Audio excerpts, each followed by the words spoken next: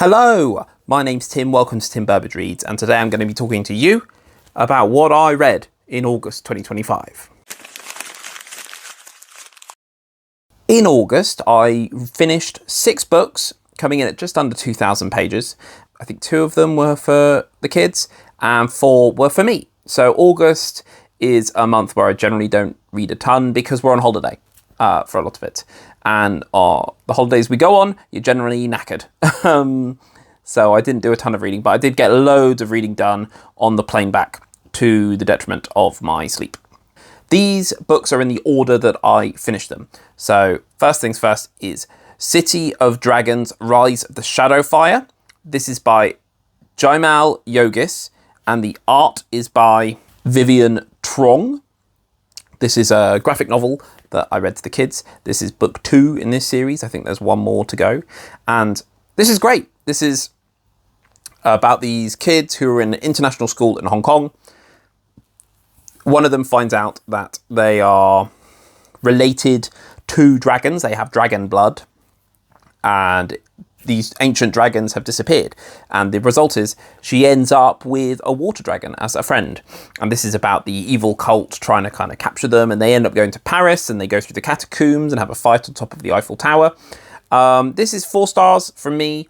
I think the art is a little bit better in terms of backgrounds and things, but I just want more dragons. I think it's pretty good. It's pretty easy to read. My kids are enjoying it, but it hasn't hit that 5-star yet. Next was The Frozen Sea, which is book 2 in the Dragon Game series. This is by Maddie Mara.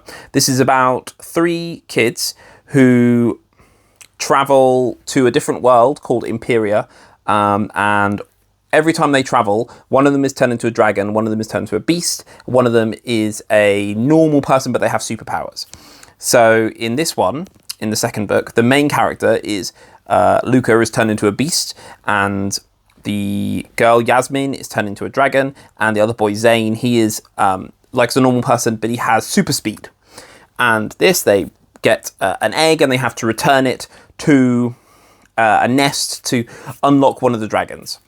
To help bring the dragons back to this land, whilst facing a monster and the villain Dartsmith. So in this, the monster is pretty cool actually. It's called an avalanche wolf, which is this giant wolf, and it's got multiple heads, like a hydra, and it's permanently hungry, and it's just constantly on the hunt for them. So that was pretty good. Overall, 3 stars. This book, very formulaic. It's the same formula as the last book. Still doesn't have much of a games element to it. They have this egg, and whenever they achieve something like escaping from an avalanche, they get a point for it. But it's pretty good. It was pretty good. Now into the adult books. So I read Timeline by Michael Crichton. I've got a review for this on the channel. This is about a group of archaeologists who are being funded on a dig in the Dordogne in France.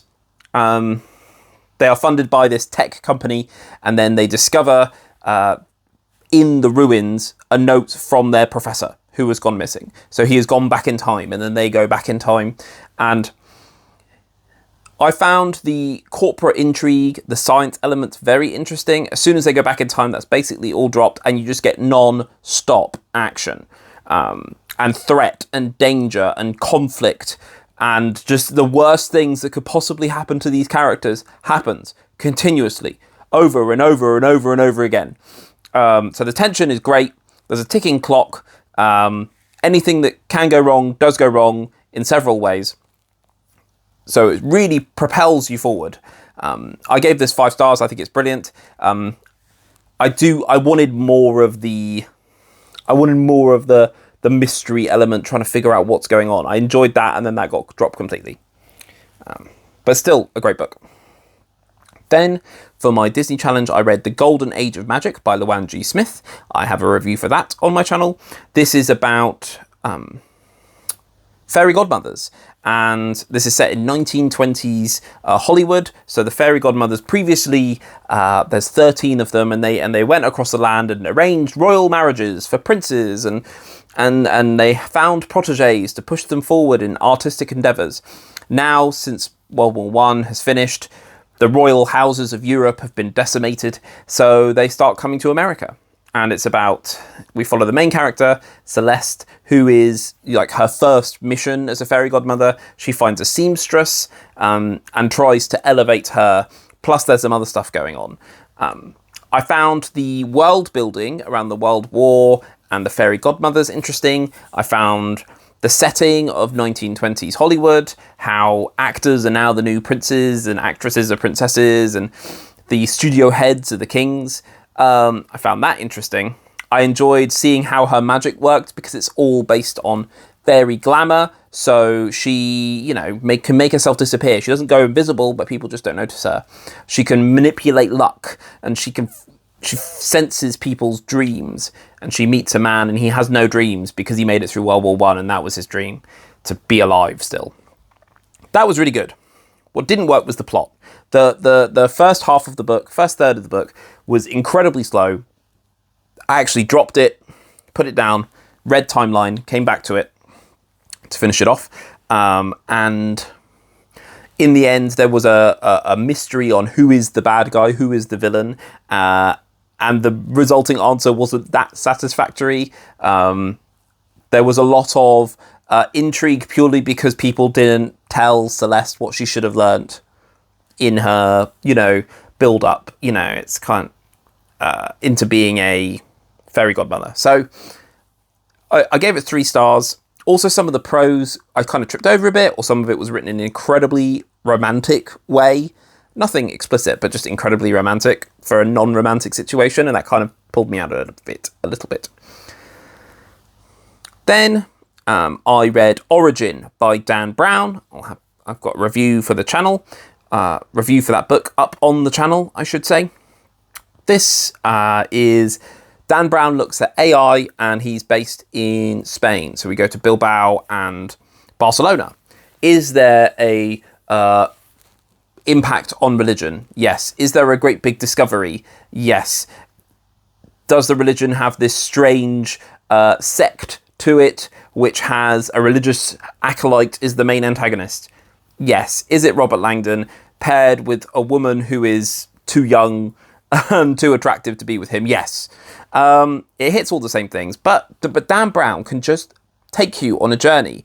He does a lot of research, and it comes across in his prose. His prose isn't necessarily the most flowery, it's very direct, but it just keeps you reading. I read this in 2 sittings, and I really enjoyed it. I think it did exactly what it wanted to do. His new book's coming out.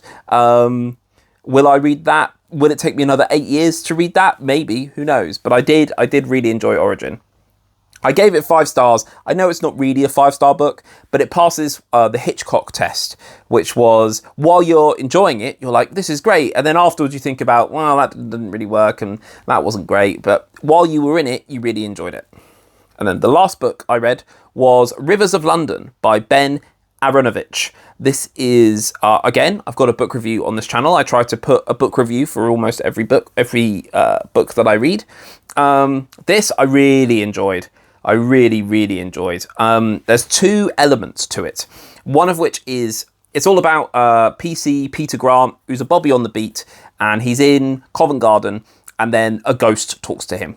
And he's like, this is weird. And he finds out there's this whole other sect of the Met Police, which currently is run by one person, and it deals with the occult, the paranormal. He deals with ghosts, he deals with gods, he deals with demons and all kinds of stuff. I really enjoyed that part, and I enjoyed the case of it. The other part is this turf war, water war between the gods of the River Thames. You've got Mother Thames and Father Thames, and they're split on Teddington Lock, and they have their own families, and I really enjoyed the cultural aspects of that, how they look at New London versus Old London. I'm from London. I finished reading this on the way to Covent Garden, and where I live is by Teddington Lock, near Teddington Lock, and I have to deal with, all the gods, the minor gods of the river and goddesses are named after tributaries, and I knew most of them, so I really, really enjoyed that. Did it connect the 2 together? Not especially.